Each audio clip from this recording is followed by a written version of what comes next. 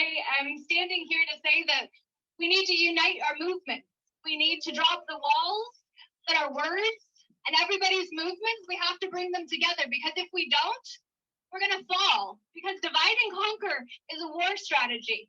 And if we allow our movement to be more important than the other person's movement and the other person's movement, they're just using our energetic resources to divide us, and then make it so that part of genocide, the 10 steps of genocide, is to make it so that we're all separate and feeling safe because there's something in between us and hiding ourselves. I lost my job at Superstore January 15th. I was a cashier that wouldn't mask myself because I understood that I was standing for freedom. And I understand right now. We're all doing this, but all they need to do is use sound weaponry to come and blast us. And did you know that ascension symptoms are very similar to COVID? That they have never isolated this virus and we're being tested for something that was created and laid out in the Rockefeller report from 2010? Black magic only works if they tell us what they're doing. And then they can say we deserved everything we got because they warned us and we laughed. Well, it's not a laughing matter, and what we need to do is unite the movement. So if you know leaders, my friend Chantel and I have been leading lawfully organized summits with the Peaceful Inner Warriors United movement that I've been working on in the 4 years, writing a book about the transformation of self-image through the hero's journey from a soulful perspective. And right now our faith is being attacked. Because if you don't know who to believe in, regardless of what box you put God into, you cannot believe in yourself, and you don't know where you stand if you don't know who you stand with. And we stand together, and we are not enough, because there are blue pillars that have to be woken up by the blue pillars that listen to the red pillars, that listen to the red pillars that have went way down the rabbit hole. So I stand here today simply to say, please, continue, and that's the end.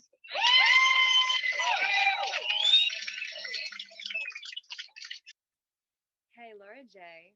here with a message to say that choices come with consequences. On April 10th, 2021, I spoke on stage at an anti-lockdowns rally. Not because I wanted to go and get on stage.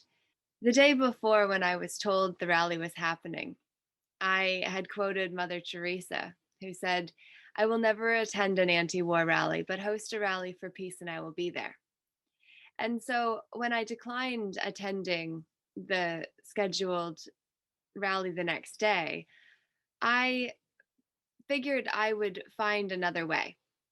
And then at 3:00 in the morning, I was awoken and I had the guidance, go to the rally and see if you can get on stage. So I did, and I did. And when I did, I spoke from my heart, and I had no idea before I got up there what I was going to say, because it wasn't planned in any way, other than to say that when I arrived, I met the friends that had invited me. And then I said, okay, well, let me see if I can get to the stage and connect with the people that I need to connect with to speak next time, potentially. And then I had that conversation and said I would come back at the end, because I understood they were running an event and so didn't have time to speak with somebody who wanted to get up on stage, as I was sure everyone did. And I went back to where my friends were standing, and one of them said, "I would love to see you get up on stage. Go, see if you can get up there. 30 seconds of courage," my friend said. And so I said, well, hey, I got more than 30 seconds of courage in me, so sure.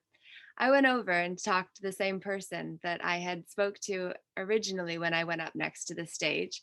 And I said, well, who do I have to talk to about getting up on stage today? And he said, well, me. And then he spoke to the MC, and then the MC said, sure. So I ended up being the next speaker who spoke right before the main guest of that day. And it was so interesting, because after I spoke, a woman came up to me to share her testimony as to how it had touched her heart. And we have yet to connect because divine timing means that it all happens at exactly the perfect time when it's meant to. And after that day, I had a lot of unpacking to do. But I say all of this because when I got back to where I stood with my friends, a little girl came up to me and she just seemed bedazzled. And she came up and, I'm so grateful to meet you. And that was amazing. And thank you so much. And it was just so cute. But it was more than just cute. It was precious because what it made me realize was how our youth are really looking for leaders that are in it for the right reasons. And when I got up on stage, my intention was simply to say, we need to unite movements. We need to stop focusing on my box and your box and instead say, our box is what we need to collectively work toward liberating. And in order to do that, we need to access our free will because that is what is being attacked. It is our faith that is connected to free will because even though there is loads of support above, around, below, for us to be able to have everything we need in this moment to do what is required, we cannot receive the assistance unless we ask, because the angelic forces will not interfere with our free will. And humanity has forgot to call. We've forgotten how to call. We don't know who to call to. And it is all part of a tactic, a strategy to make it so that we are less powerful people because we forget that we are godly people, God-lie people. And that just then ties into what is the lie that we are buying in this moment? Is it going to be a yin energy of passive receptivity where we actually slow down enough to receive the yang that is energetic and masculine and moving? And we have to really find that balance within ourselves and to simply come back to the fact that nothing happens to us, everything happens for us. When we're so focused on me and mine, that is when we forget that we are all in this together, that each of us carry a key that will unlock an answer within the other. We are all here to activate one another. And in the last year and a half, while I have went through an awakening, as we all have, what it has brought to my attention is the fact that I have unintentionally, unconsciously been activating people because that's what I came here to do, and will continue to for as long as I possibly can, because I feel like that's my mission, my assignment, to remind you of who and whose you are. Not because I come saying that my answer is better or that you need to believe in my God, because the truth is that we're all saying the same thing in different words, which are boxes. We are using our boxes to keep us feeling safely separate from one another, when what we really need to be doing is dropping those walls so that we can keep the foundation that makes us feel safe. And yet those walls then become the bridges to one another. For we've all been told we have to connect the dots. But what we did not realize is that those dots are actually us. We each are the lighthouses holding a place around this globe because we are the dots that must unite. And it is through the fight for our souls that we use our free will to call in the infantry that is above, that is around us, that is below, but most importantly, that is within. Because when we know who we are and whose we are and what we're part of and why we're here, that is when we can truly take a stand and defend the lands that we stand on, and also walk through this life in, because this is the temple that our soul has chose. My body is mine, your body is yours. That is the land that is being fought for right now in a thought war where your real estate on the inside is what is the most precious and prized territory of all. And so I want you to remember today that when you say, "No, I will not go," when you receive a message from above to say go, and you say no, that is when it will lead you into the darkest places because you defied the order of your soul's calling for more, not things, but for experience. And each experience comes with a cost. And last week, I was served a summons to appear before court for breaking orders, for a treasonous opportunity for the elite to implement a transhumanism agenda that has been documented and written because that's what satanic rituals are all about. They have to tell us what they're doing in order for them to say, well, we warned them, but they just laughed. And so they deserved everything they got. And I say not. I say no. And so I will be representing myself and advocating for myself as a sovereign woman of these lands who knows where I stand because I know who I stand with. I know the lands that I stand on were defended by my ancestors, and they rely on me being willing to take a stand so that our future generations, whether I have children of my own or whether I simply inherit the world's children's, many of whom will be parentless after this affair is done, unfortunately. And yet we cannot go there.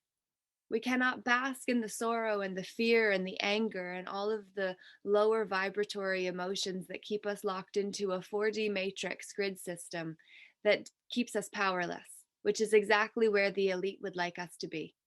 No, I say it is time for us to rise above.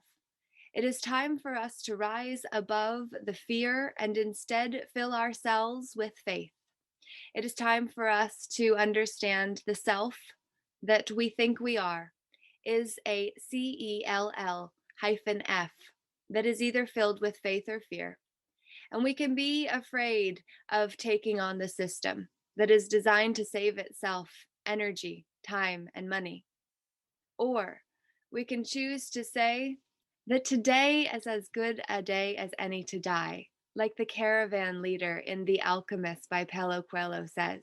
He says, when I eat, I eat. When I walk, I walk. When I talk, I talk. When I look, I look. It's like Jim Rohn said when he had brought his work to the beach and he was on the beach trying to do his work, watching his family have fun around him and not fully present at the beach. And then when he got back to the office, he was thinking about the beach, wishing he was at the beach. And the reminder was that when you are at the beach, be at the beach. When you are with your family, be with your family. And when you're at work, work. We have to be where we are. And we have to understand that all life is happening right now in this very moment. And so instead of saying, oh, tomorrow I'll go because you were called today, say, no, I will go today because that was when I was called. And if it comes with a cost, then we will pay it because what we will pay an even higher price for is delay. When we say, no, not yet, I'm not ready yet, you wouldn't have been asked if you were not ready.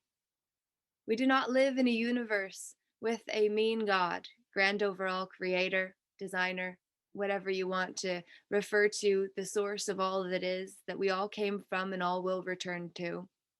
That source is not mean.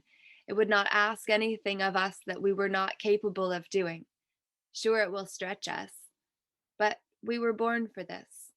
We came here to become the butterflies that emerged from the chrysalis cocoon that the caterpillar entered into and felt doom.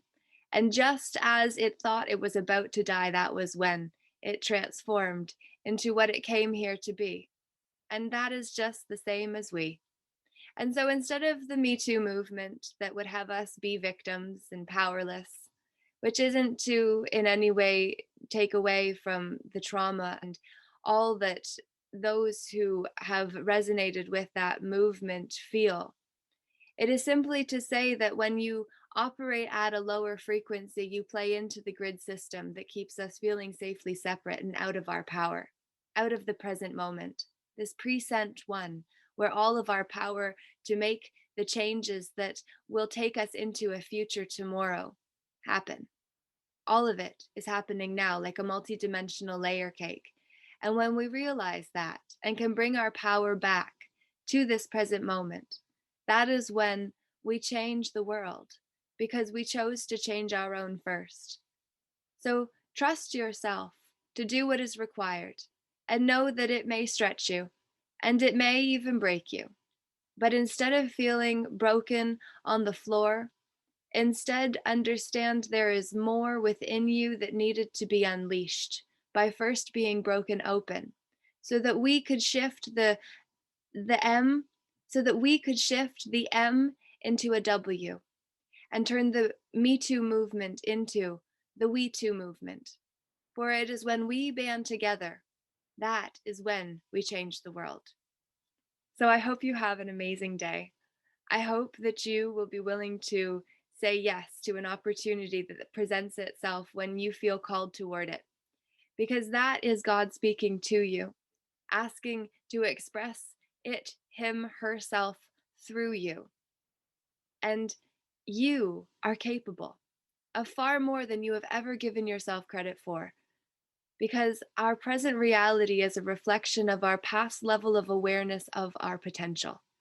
Our future will be determined by what we choose to do now. I hope you will choose well, for we all need you standing in your power so that together we can be the ripple effect, the wave that radiates out and impacts all because we were able to stand in our power and connect the dots, the lighthouses around this globe, of which you and I both are. Namaste. Laura J. Thank you.